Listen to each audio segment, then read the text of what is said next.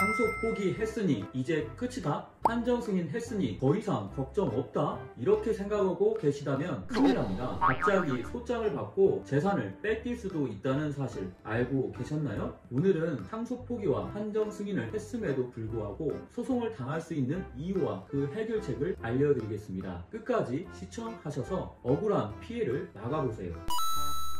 안녕하세요. 법률사무소 정금의 상속 전문 변호사 박순배 변호사입니다. 오늘 영상에서는 상속 포기와 한정 승인 후 발생할 수 있는 문제를 꼼꼼히 짚어드리겠습니다. 상속 포기나 한정 승인을 했다고 해서 모든 문제가 해결되는 것은 아닙니다. 왜냐하면 채권자들이 이 사실을 모를 가능성이 크기 때문이에요. 알아서 알림이 가는 건 아니거든요. 상속 포기를 하셨다면 여러분은 상속인이 아닙니다. 그리고 한정 승인을 하셨다면 망인의 재산 범위 내에서만 채무를 갚으면 되죠. 그런데 문제는 채권자들이 여러분의 이런 결정을 모를 수 있다는 겁니다. 보통 한정 승인을 하면 신문 공고를 통해 이를 알리게 되어 있습니다. 그런데 채권자들이 이 공고를 확인하지 않는 경우가 많습니다. 특히 대부업체나 개인 채권자라면 한정 승인이나 상속 포기 사실을 전혀 모르고 소송을 제기할 수도 있습니다. 결국 몇 년이 지난 후 갑자기 소장을 받게 되는 일이 생기는데요. 이런 상황이 생기면 이미 한정 승인이나 상속 포기를 했으니 괜찮겠지 하고 안심하시면 큰일 납니다. 채권자들이 소송을 제기하면 여러분은 법원으로부터 소장을 받게 됩니다. 이때 반드시